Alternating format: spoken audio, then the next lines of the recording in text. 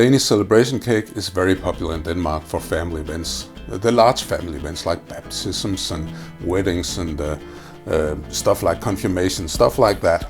But it uses expensive ingredients, the marzipan costs a lot, and it's difficult to make, it's difficult to do just right. So here's a video of how to do it just right. First thing, when you want to make the celebration cake, you have to make the dough. It's very simple. It's marzipan, it's sugar, and it's egg whites. The easiest way to do it, you can either cut it with a knife, but you can also grate it on a rough grater like this. That's very simple. That makes it easier to mix the sugar and the egg whites into the marzipan.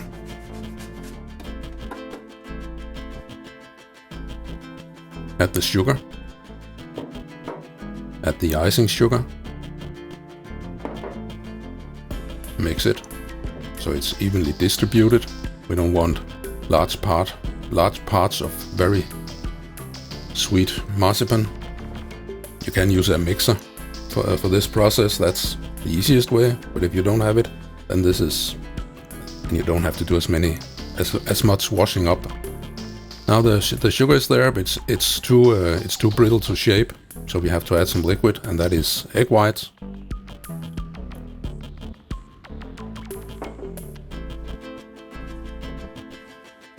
And it has to be very plastic when it's done.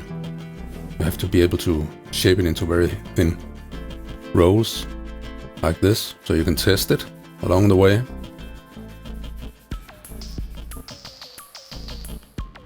You should be able to shape it into a small ring.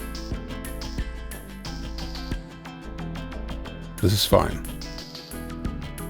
Like, well, a little pretty clay potty.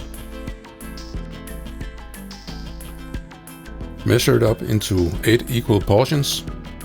They have to be exactly the same weight.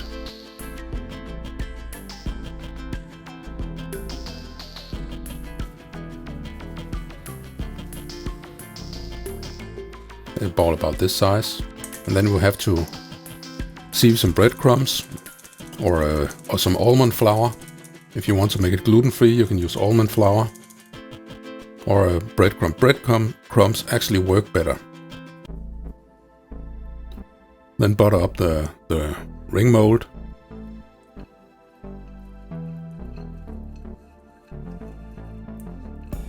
You can just use some soft butter and do it with your hands if you want to. That's no problem.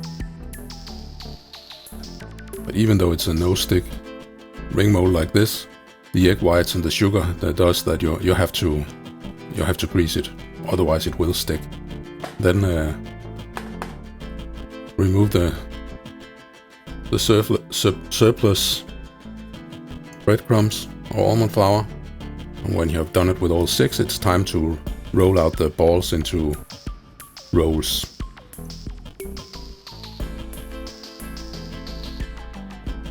Add a little bit of icing sugar to the table, so the marzipan mass will not stick, won't stick.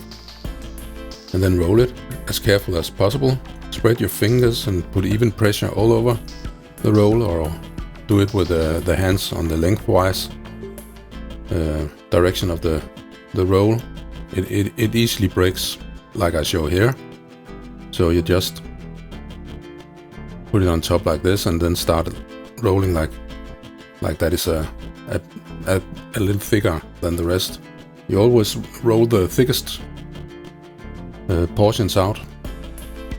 So it has to be absolutely perfect all over the length of the roll. That's the whole purpose of doing it, because if they have the same weight and the same length, they will also have the same thickness, and that's the only way to ensure that.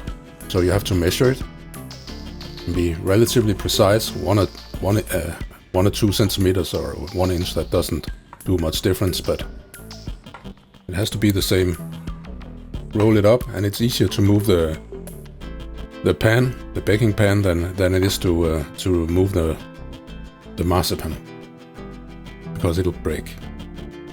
Be careful to keep it round. Press it together. I'll show it again.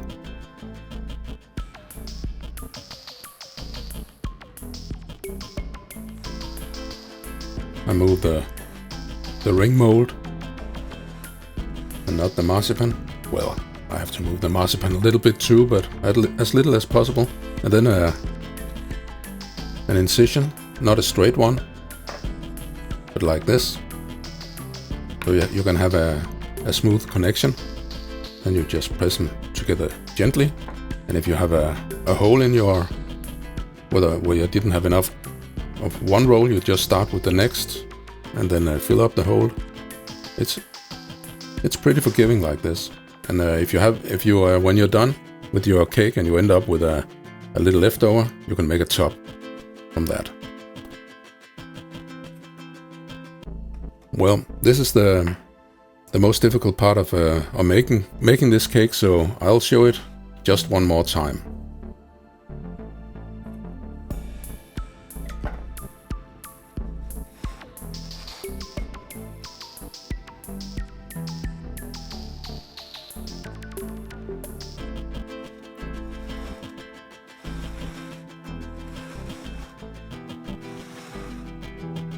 You start from the inside and end on the outside.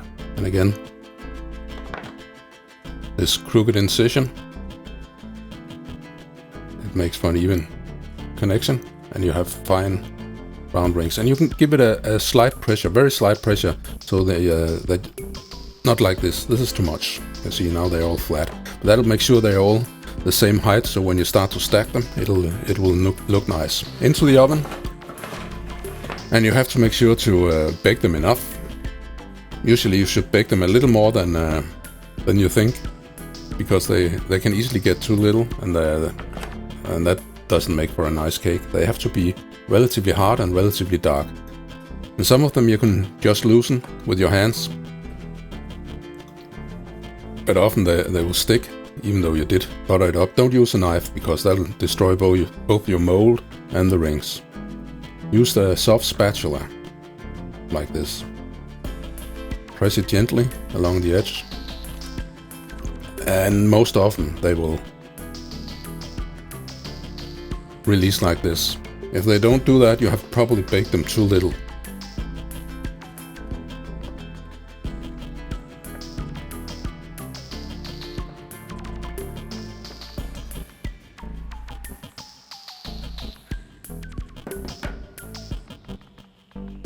Yeah, it is relatively easy when you have done everything right, but it's not impossible. And I use a horsehair brush to remove any almond flour or breadcrumbs that is left over, so we get a nice non-crumbly cake later. And now we freeze down all the rings. It's important to freeze them down. It's not just something you can do, it's something you should do, because it makes for a much nicer, more chewy and flavorful cake. And you can freeze them for up to 3 months.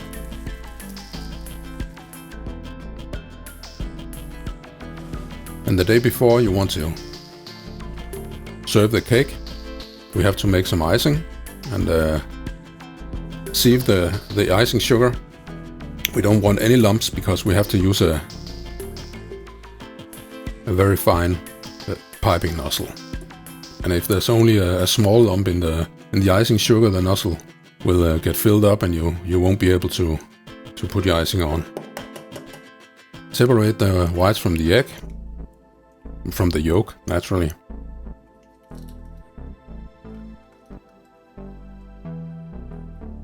And then add the icing sugar to the egg white. You don't want to use the yolk for anything in this cake.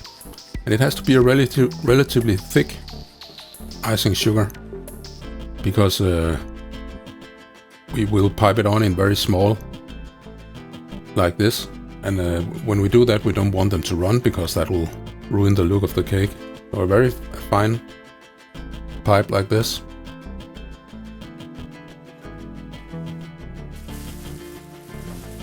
And the defrosted rings, at this point they are not frozen anymore. It usually takes a few hours for that to happen. Oh, and one of my rings broke in the freezer. I put some, I don't know, a frozen chicken or something onto it. But we can fix that. It's not a problem.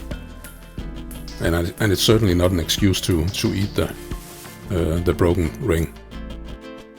If you have more than one, it's important to collect it into the rings it should be, so you know which one goes where.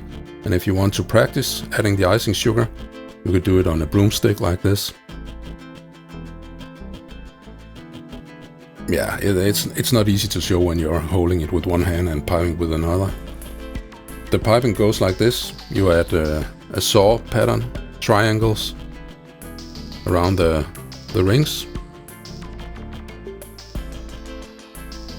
When you put on the next ring, you add some glue. Well, that's just icing too, but a small dot of icing to make sure that the rings connect.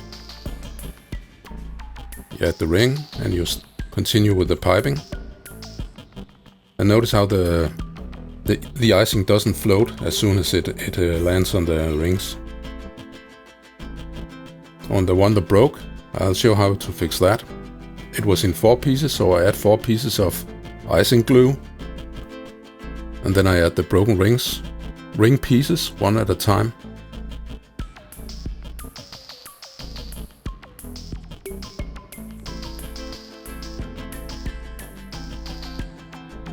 And try to assemble it as finely as possible, as nicely as possible, with as few holes as possible. And then start icing where there is a hole, because that will hide it.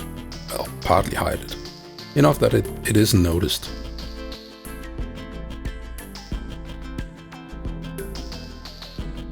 And it doesn't really matter how the inside of the cake looks, because it'll be hidden by the rings that you put on top. And that's it. You just continue doing this and the cake is done. It's not that difficult and it tastes fantastic. So enjoy and celebrate.